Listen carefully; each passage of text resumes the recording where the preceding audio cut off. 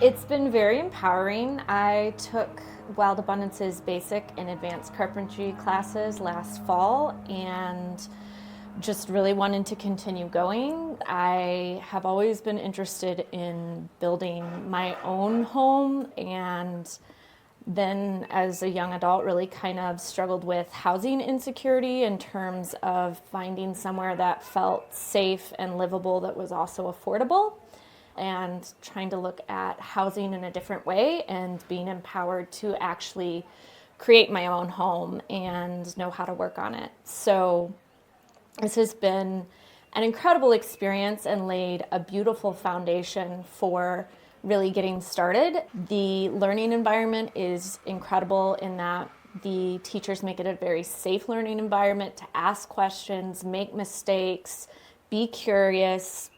It's one of the best learning environments I've been in terms of promoting curiosity and learning from mistakes and just feeling really comfortable to put oneself out there so you get the most out of the class. It's been really exciting, and I'm very, very glad I've done it.